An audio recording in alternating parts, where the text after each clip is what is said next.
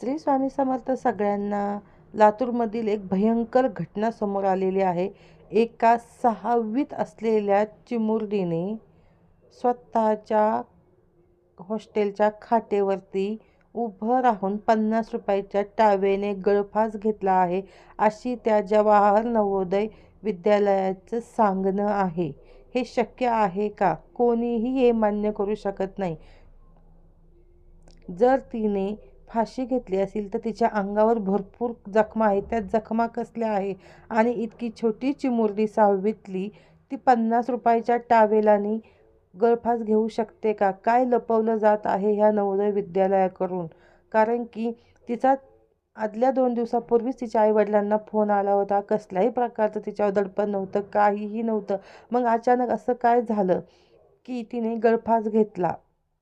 तिच्या वडील किरण पाटोळे यांना फोन आला की तुम्ही रुग्णालयामध्ये या. रुग्णालयात आल्यानंतर त्यांना डायरेक्ट तिची बॉडी दाखवण्यात आली. हे शक्य आहे का? काय लपवत आहे स्कूल? आणि आपण ह्या मुलीला न्याय हा दिलाच पाहिजे. हा मुद्दा इतक्या प्रमाणात उचलून धरा की हिला हा न्याय भेटलाच पाहिजे. आपण आपले मुलं शाळेत, हॉस्टेलला पाठवतो. हे अशा प्रकारचे जर वर्तन शाळेकडून होत असेल, अशा प्रकारचे हलगर्जीपणा, अशा प्रकारचं जर लपवणूक, अशा प्रकारचे जे छळ आपल्या मुलांचे होत असतील, तर शाळा प्रशासनाला याचं उत्तर दिलंच गेलं पाहिजे. हा मुद्दा उचलून धरा. शिवाय शाळा प्रशासन सुधारणार नाही. आज अनुष्का गेली, उद्या आपल्यावरही अशी वेळ येऊ शकते.